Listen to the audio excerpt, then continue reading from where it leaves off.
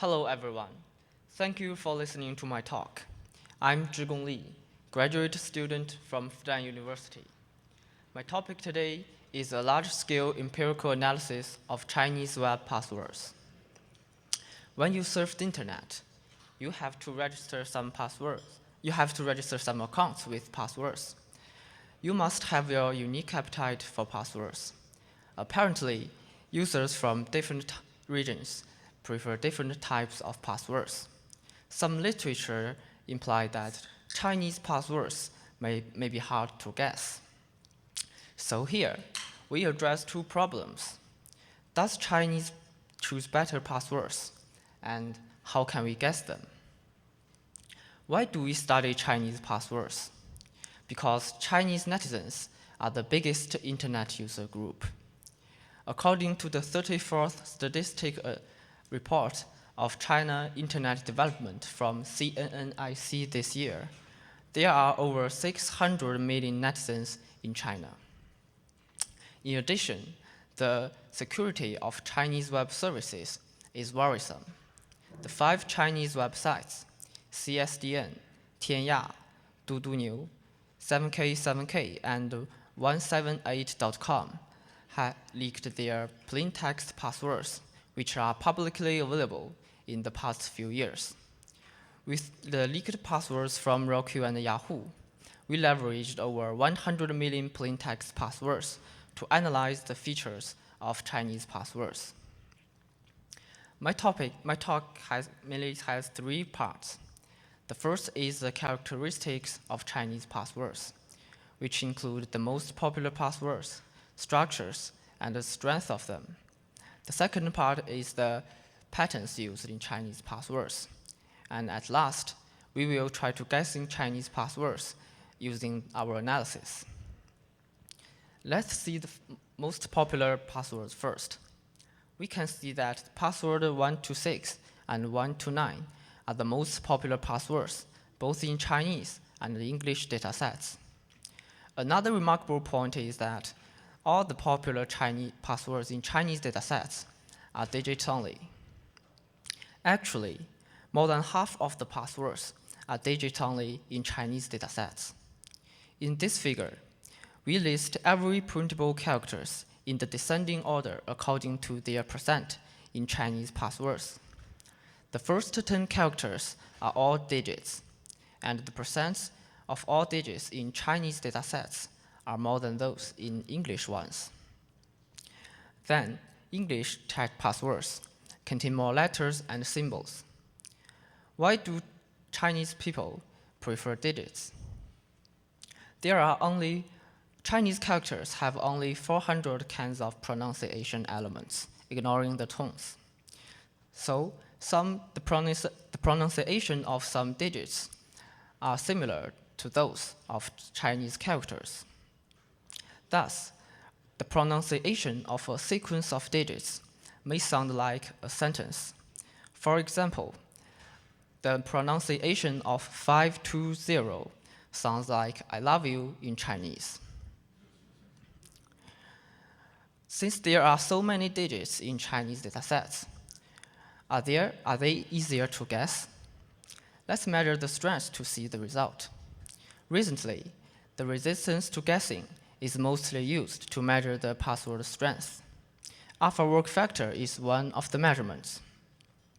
Alpha work factor means the expected number of guesses needed to succeed with the probability alpha. There is one assumption that the attacker knows the distribution of the dataset. For example, the dataset has 4 passwords.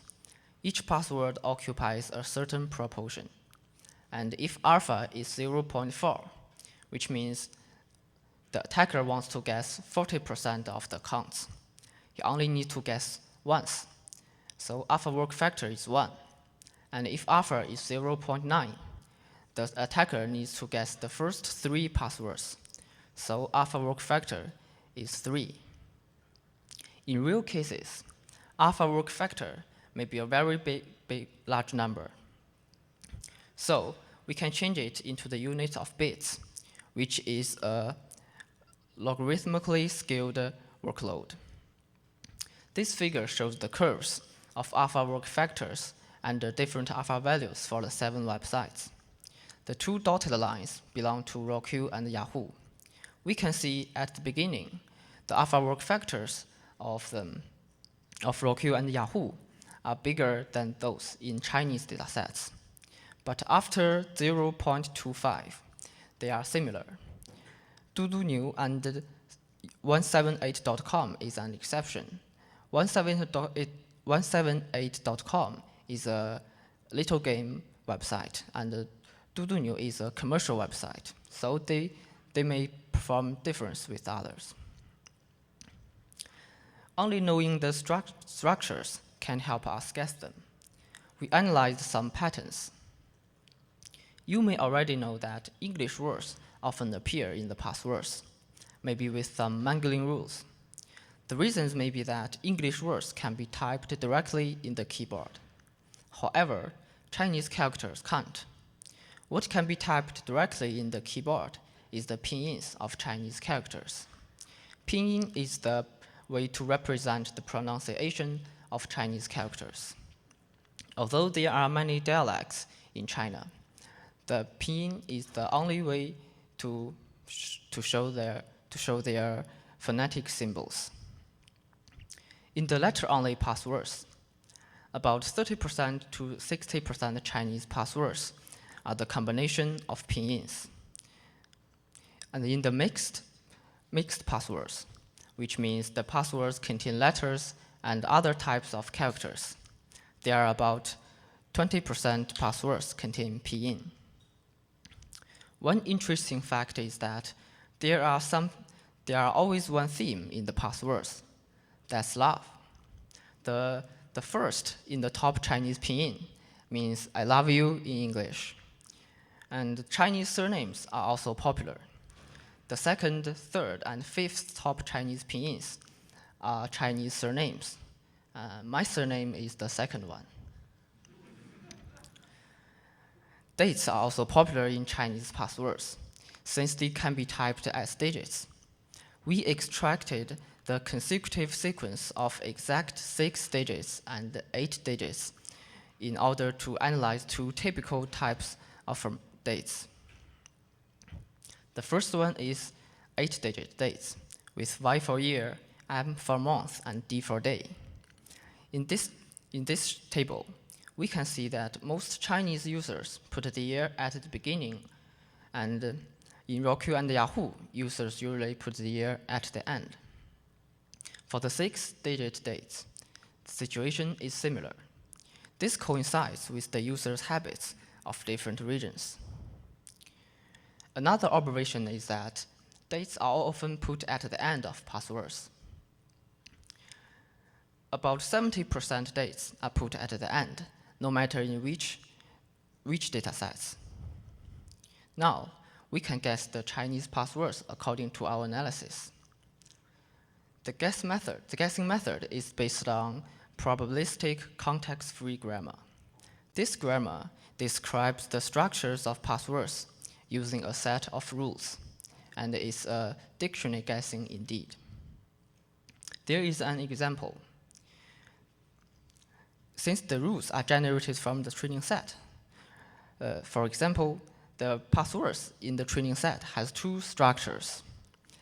70% of the passwords have 5 letters, 3 digits, represented by L5D3, and 30% of the passwords have 2 symbols, 3 letters, 3 digits, represented by S2, L3D3.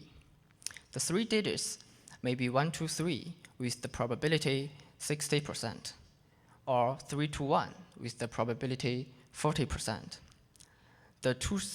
The two symbols may be 2 number signs or 2 stars with equal probability. And we will fill the letter using the dictionary, since it's a dictionary guess. So every password we generated has a probability. So we can guess the passwords according to their probability. Training set or dictionaries are the 2 things we need. We select the 4 training set from from one Chinese dataset, dudu, and one English dataset, ROQ. Passwords in ROQ TS and dudu TS are 2 million passwords randomly selected from ROQ and dudu, respectively. MROQ TS is selected from ROQ, but we made it 0.5% digit-only passwords, 10% letter-only passwords. These proportions are close to the Chinese ones. The ROQ dudu TS are selected from ROQ and dudu at the same time.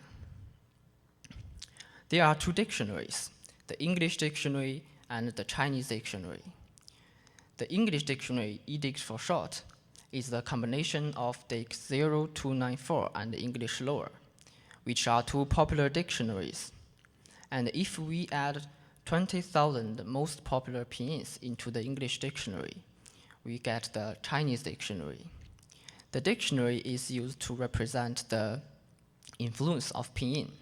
We also add the 20 most popular 6-digit and 8-digit dates into the rules to represent the influence of dates. After 10 billion guesses, this figure shows the result. We divided the figure into 4 parts, each one training set 1 part. The first column in each part means the guessing using English dictionary. If we using Chinese dictionary, we get the second column with a good improvement. If we add the dates, we get the third column. We didn't add the dates for the last 2 training sets because they already contain many Chinese dates. Finally, if we use Chinese dictionary and add the rules of dates, we will get a considerable improvement. For the MROQ TS, we increased the guessing efficiency by about 34%. So, Chinese passwords have over 50% digit-only passwords, and they contain many pinyins, and we can use pinyin and dates to improve the guessing efficiency for them. That's all for my talk. Thank you. If you have any questions, please feel free to ask me. We have plenty of time for questions, so I'd like to invite you to come to the microphone over there or come up to me here. Hello, I'm Jeffrey Goldberg from Agile Bits. For your probabilistic context-free grammar, did you base that on the tools developed by Matthew Weir, or did you develop these on your own or separately? I used the method described in his paper. Okay, thank you very much. Just like this. There's plenty of time for further discussion. While you all are thinking, let me ask you a question. Could you compare for us the probabilistic context-free grammar method that you used compared to what is used by state-of-the-art password cracking tools that are used by bad guys today? Is the probabilistic context-free grammar method similar to or of comparable effectiveness, or how does it compare? Normally the cracking tools are just dictionary guess. They may just guess the words in the dictionary with Mangolan rules, and the probabilistic context grammar can analyze the structures of passwords and fill in some. And using this method, we can add some rules, like the rules of dates, and using the normal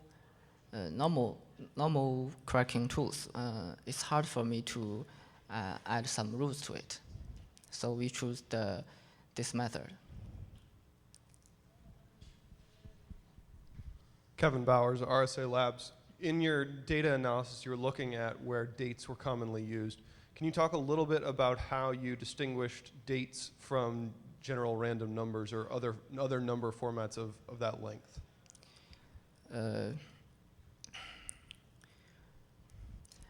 Actually, maybe there are some false positives when we distinguish if it is dates. For the 8-digit dates, it is really, it is simpler. And for the 6-digit dates, it may be a little tricky. So we delete some 6-digit dates because they may be not a date. For example, 123, 123, it can be seen as a date, but mostly it can't. So we delete some of the dates. Follow-up question then. You said it in your dictionary construction you added the 20,000 most popular dates. Where did those dates come from? How did you generate those popular dates? The popular dictionary, the popular pinyin and the popular dates are all extracted from the Chinese datasets, and we give them a probability according to their proportion in the datasets.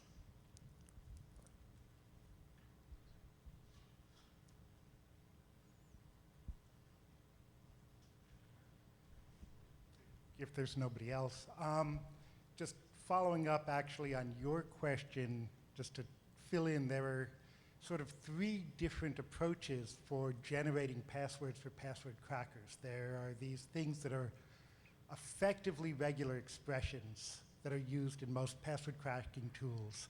Then there are people who use Markov models. And then there are people who use what you're using, the probabilistic context-free grammars.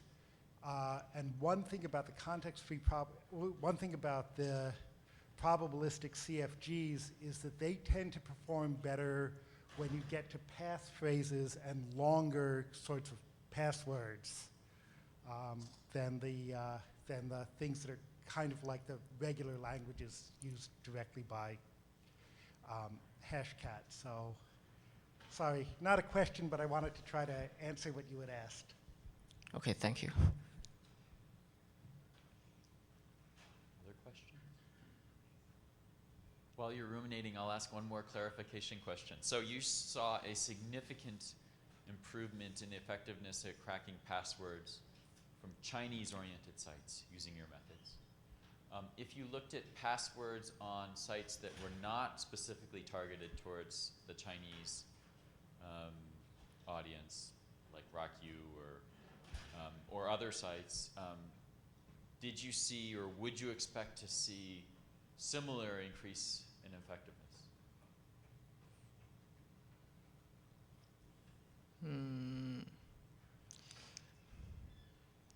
Maybe not that significantly improvement, but since Chinese people, as far as I know, there are, for example, the LinkedIn, there is about 1 million, over 1 million Chinese people using LinkedIn, and I think our methods will help. Maybe can guess their passwords. This may be there must be an improvement, but not that significantly. Indeed, thank you.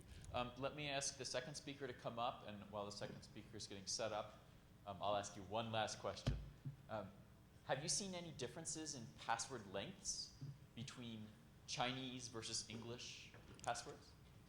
Passwords links. How many characters are in the password? Have you looked at that? What is password links? I'm sorry. The number of characters in the password. So the password 1, 2, 3, 4, 5, 6 has length 6. Number of bytes or number of characters? Length. Length may be not very. Length is one matrix for the password strength, but it's not the only one. And the previous metrics for password length password strength depend on the length, and recently they are not very actually they are not very useful. Thank you. Let's thank the speaker again.